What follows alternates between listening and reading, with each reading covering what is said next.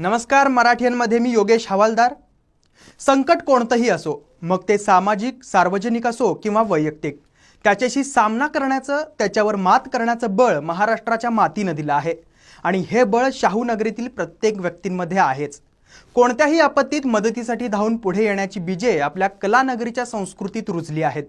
यातूनच कोल्हापुरातील अनेक व्यक्ती कोरोना विषाणूच्या संसर्गाशी दोन हात करण्यासाठी पुढे आले आहेत। निस्वार्थीपणे, निर्भयपणे अनेकांना मदतीसाठी सरसावत आहेत। अशा कोरोना योद्ध्यांचा मराठीयन वाहिनीने घेतलेला हा खास आढावा। तर पाहूयात कोल्हापूरचे कोरोना योद्धे। जाणून घेऊयात कोल्हापूर महापालिकेच्या परिवहन समिती सभापती प्रतिज्ञा निल्ले उत्तुरे आणि सामाजिक कार्यकर्ते महेश उत्तुरे यांनी कोरोना विरोधात केलेल्या लढ्याविषयी। नमस्कार, मी प्रतिज्ञा महेश उत्तुरे, परिवहन सभापती कोल्हापूर महानगरपालिका। गेले 2 महिने जागतिक जैविक युद्ध चालू आहे आणि आपण कोरोना व्हायरसशी सर्वजण लढतो आहोत। सर्व स्तरावरच्या लोकांना या कोरोना व्हायरसने कोविड-19 आणि ह्या कोरोना व्हायरसशी आपण सर्वजण लढतो आहोत। याच पार्श्वभूमीवर गेले 2 महिने पोलीस प्रशासन असेल किंवा डॉक्टर्स नर्सेस, आरोग्य अधिकारी असेल, महापालिका प्रशासन असेल, सर्व स्तरातील कोविड योद्धा असतील, सर्वजण आपल्या परीनं फार कष्ट घेत आहेत आणि आपल्याला सर्व जनतेसाठी काम करत आहेत। याच पद्धतीनं एक नगरसेविका म्हणून माझ्या भागामध्ये गेली 2 महिने आपण कोरोनाच्या पार्श्वभूमीवर सोशल डिस्टन्सिंग आणि लॉकडाऊन हे पाहता आपली सर्व व्यापारपेठाही बंद होत्या।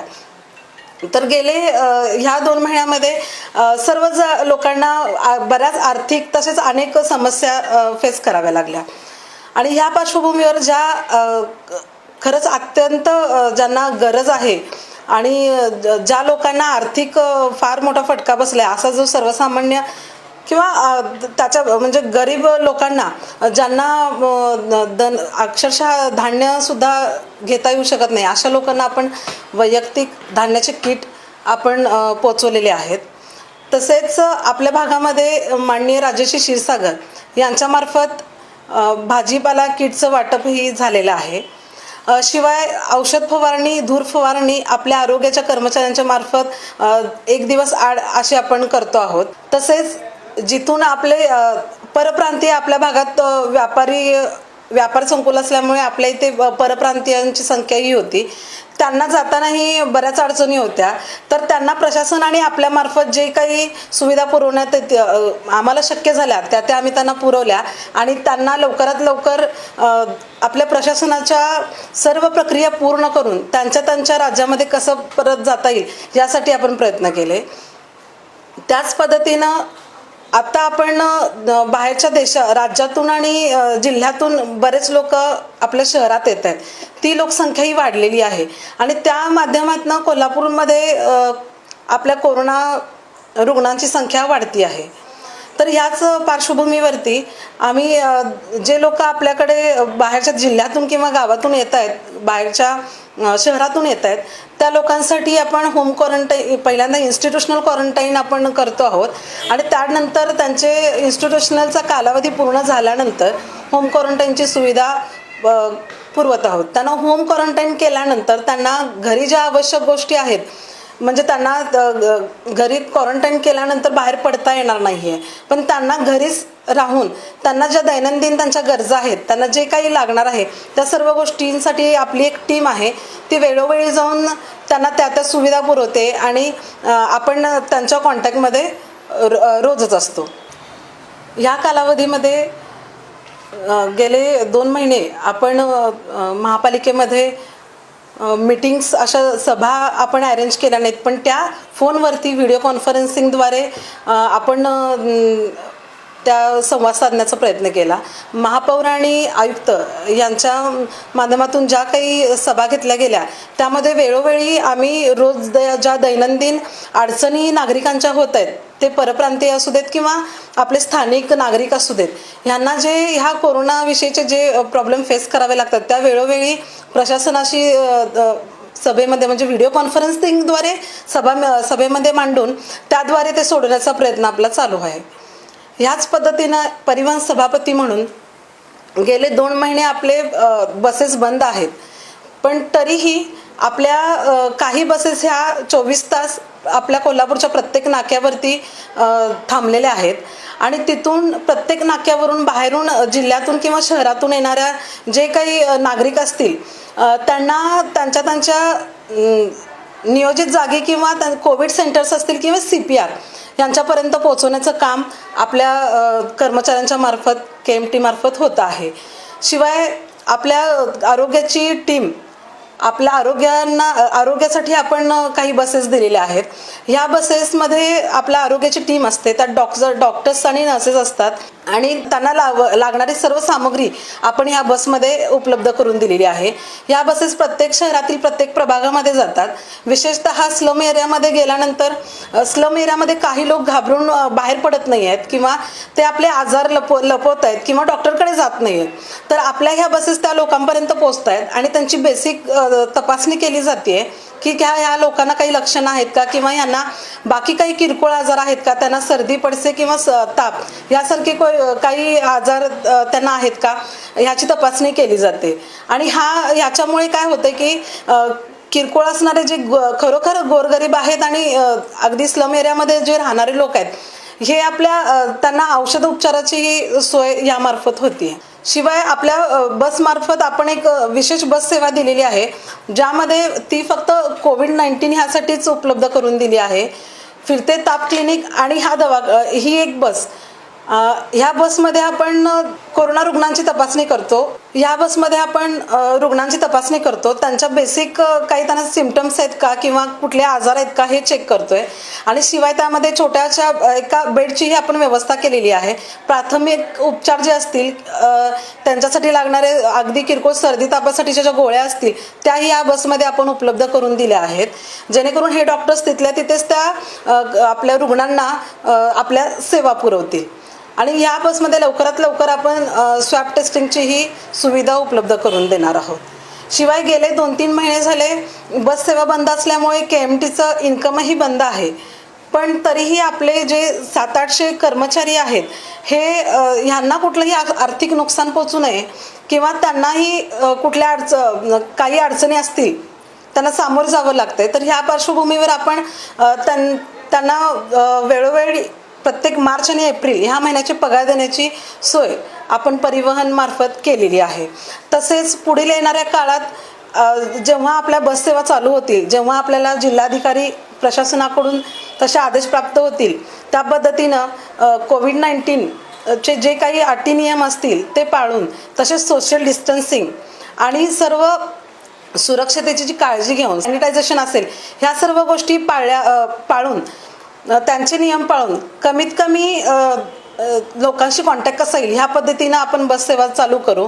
आणि जशी मागणी येईल आपल्या पॅसेंजरची त्या पद्धतीनं थोड्याफार प्रमाणात सुरुवात करू आपण बस सेवा देण्याचा.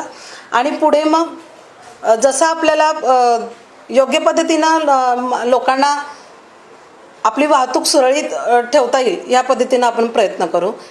आजकाल रिक्षा आणि रिक्षा टॅक्सेस फार कमी प्रमाणात रस्त्यावरती आहेत आणि त्या सगळ्याच गोष्टी सगळ्या लोकांना परवडतात अशाही नाही आहेत, त्यामुळे लवकरात लवकर ह्या बसेस सुरू करण्याचा आम्ही प्रयत्न करू. शिवाय KMTचा पगार भागवण्यासाठी आपण राज्य शासनाकडे माननीय मुख्यमंत्री तसेच पालकमंत्र्यांच्या माध्यमातून विशेष निधीची मागणी केलेली आहे, जेणेकरून ह्या येणाऱ्या 2 महिन्याचे पगार आपण वेळेवर कर्मचाऱ्यांना पुरवू शकू. या निमित्तानं मी मराठी यांच्या माध्यमातून सर्व लोकांना, सर्व नागरिकांना आवाहन करू इच्छिते की सर्वच प्रशासन, सर्व कोविड योद्धा असतील, पोलीस प्रशासन असेल, आरोग्याचे कर्मचारी असतील, सर्व डॉक्टर, नर्सेस, सर्वजण आणि या COVID-19साठी लढणारे सर्व बांधव, भगिनी, सर्व माता आपल्यासाठी आपला जीव धोक्यात घालून लढतायत. तर आपली एक सामाजिक बांधिलकी म्हणून आणि त्यांच्यावर जो ताण पडलाय तो थोडासा कमी व्हावा ह्या हेतूने आपण स्वतःची काळजी घेऊयात, घरी राहूयात, कामाव्यतिरिक्त बाहेर न पडता आवश्यक असेल तरच बाहेर पडू. घरातील वृद्ध आणि लहान मुलांना घराबाहेर पडू नाही दिलं पाहिजे, त्यांची काळजी घेतली पाहिजे, इतकंच सांगते. धन्यवाद. नमस्कार, मी महेश उत्तम उत्तुरे, एक सामाजिक कार्यकर्ता, शिवसैनिक, आहे. मी माझ्या प्रभागात माझी मिसेस 2015च्या इलेक्शनमध्ये निवडून लोकप्रतिनिधी म्हणून या जनतेने निवडून कोल्हापूरच्या व प्रभाग राजारामपुरी त्या सर्व जनतेनं निवडून दिले होते. त्या माध्यमातून मला फार वर्षापासून मी सामाजिक कार्य करत आहे.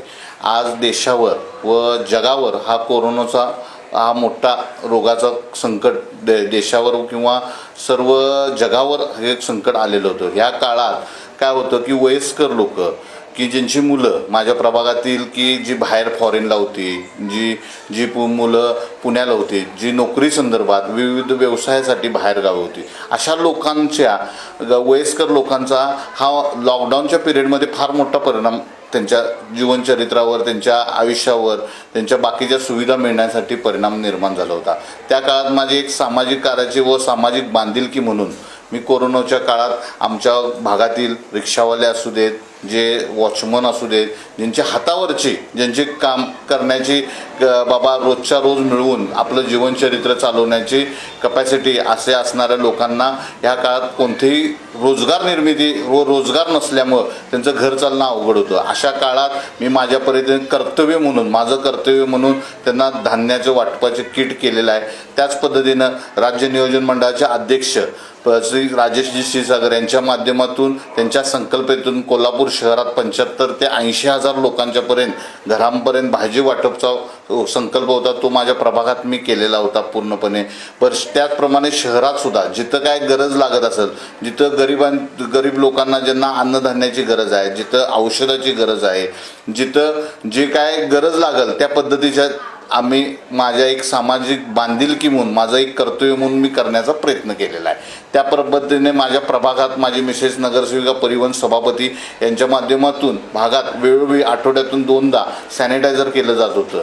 प्रभागात जंतुनाशक फवारण्या असू दे, धूरनाशक दूर फवारण्या असू दे, ह्या पद्धतीचे उपक्रम आम्ही सातत्याने दर 4-8 दिवसाला पूर्ण करून घेत होतो. त्या पद्धतीने माझ्या भागातील लोकांना ज्या पद्धतीनं ज्या दवाखान्याच्या अडचणी निर्माण होत आहेत, परदेशी मुलं त्यांची आल्यानंतर त्यांना होम क्वारंटाईन करणं, त्यांची तपासणी करणं, परत त्याचबरोबर त्यांचं ते 14 दिवस होम क्वारंटाईन पूर्तता पूर्ण करून घेणं, या सगळ्या गोष्टीवर कठोर निर्णय घेऊन आम्हाला ते पूर्ण करायला लागले.